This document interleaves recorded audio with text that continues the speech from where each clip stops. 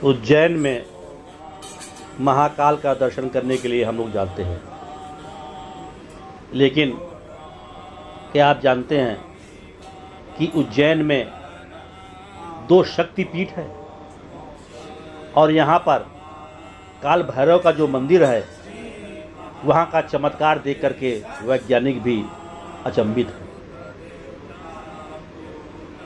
उज्जैन महाकाल मंदिर के पास में ही हरसिद्धि मंदिर है। यह शक्तिपीठ में है। जैसा कि आप जानते हैं, दक्ष प्रजापति के यहाँ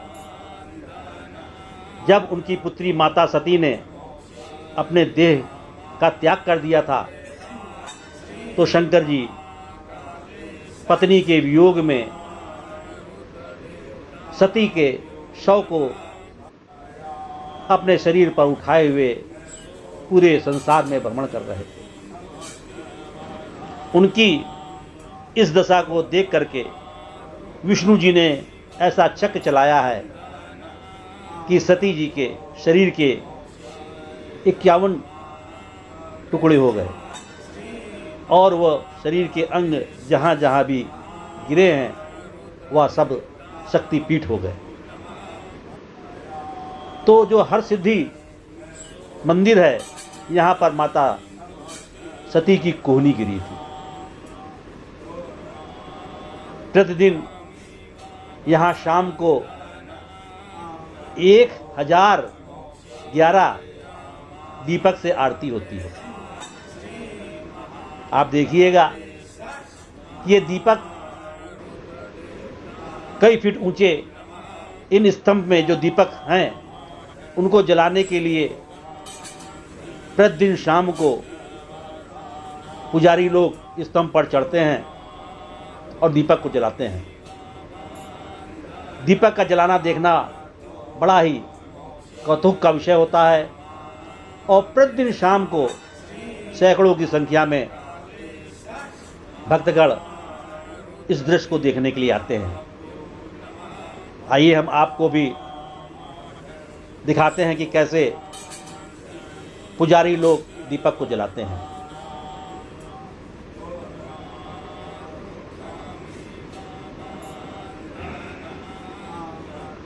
हरसिद्धि मंदिर में दर्शन करने के बाद शाम को लोग यहाँ भंडारा भी पाते हैं। उज्जैन में दूसरी शक्तिपीठ गढ़कालिका मंदिर है। इस क्षेत्र में, इस मंदिर में माता सती का ओढ़ गिरा था।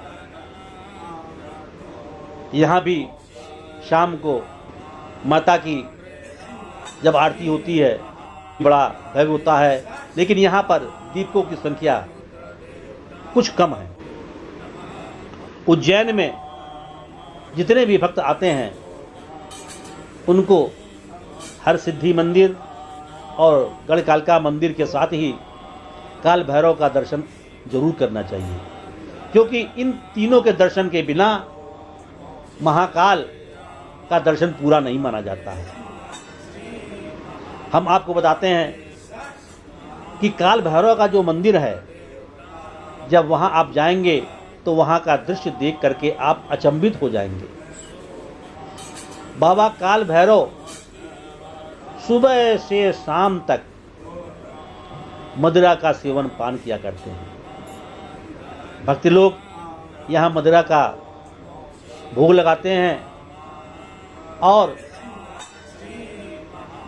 काल भैरव बाबा उस प्रसाद को कैसे ग्रहण करते हैं, इसको देखने के लिए वहाँ पर हर समय भक्तों की भीड़ लगी रहती है। वैज्ञानिकों को पहले बड़ा आश्चर्य हुआ, यह कैसे संभव है कि कोई मूर्ति कैसे शराब को ग्रहण कर सकती है। वैज्ञानिकों ने बड़ा खोज किया, लेकिन वह कुछ पता ना लगा सके। यह चमत्कार नहीं, ये काल भैरव बाबा का प्रताप है, उनकी शक्ति है। आपको हम यहाँ ये भी बताना चाहते हैं कि जिस समय से काल भैरव बाबा की उत्पत्ति हुई है, उसी समय से शंकर जी के शिवलिंग की पूजा होने का विधान शुरू हुआ है। बहुत पहले की बात है, एक बार ब्रह्मा जी जा रहे थे, उन्होंने विष्णु जी को देखा। ब्रह्मा जी ने बड़े उग्र भाव से विष्णु जी से कहा कि आप मुझे प्रणाम क्यों नहीं कर रहे हैं?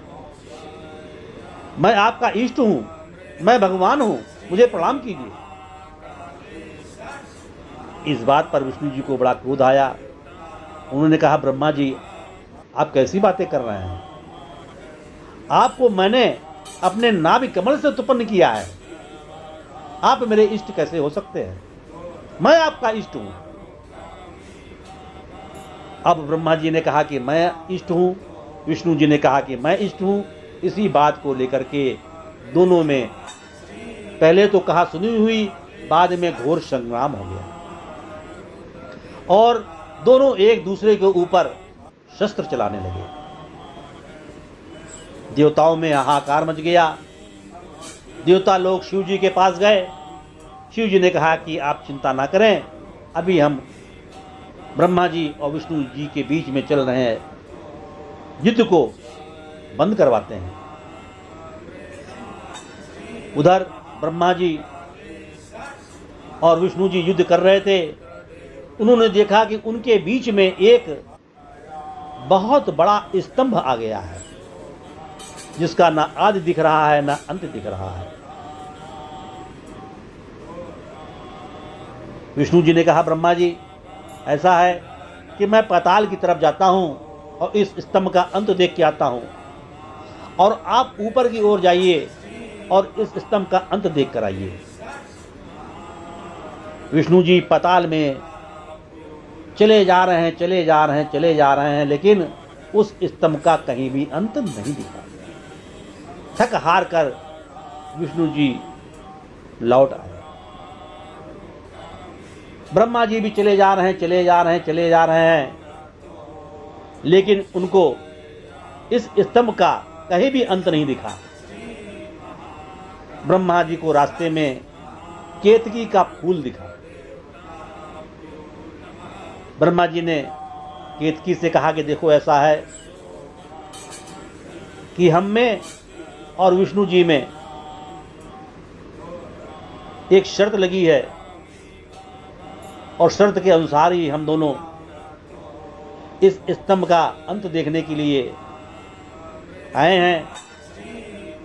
तुम चल के ये गवाही दे देना कि ब्रह्मा जी ने स्तंभ का अंत देख लिया है और मैं इसका गवाह हूं।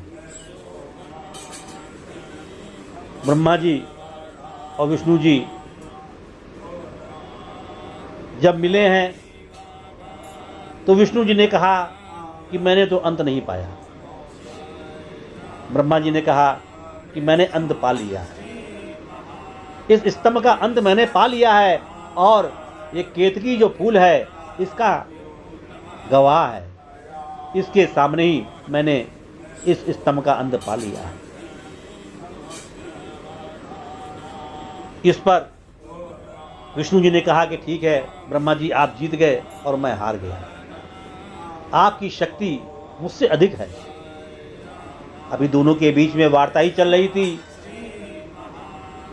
कि स्तंभ में से शिव जी प्रकट हुए और उन्होंने क्रोध से अपनी जटा में से कुछ बालों को उखाड़ा है और जोर से जमीन पर पटक दिया, और उस जटा से काल भैरव उत्पन्न हुए हैं।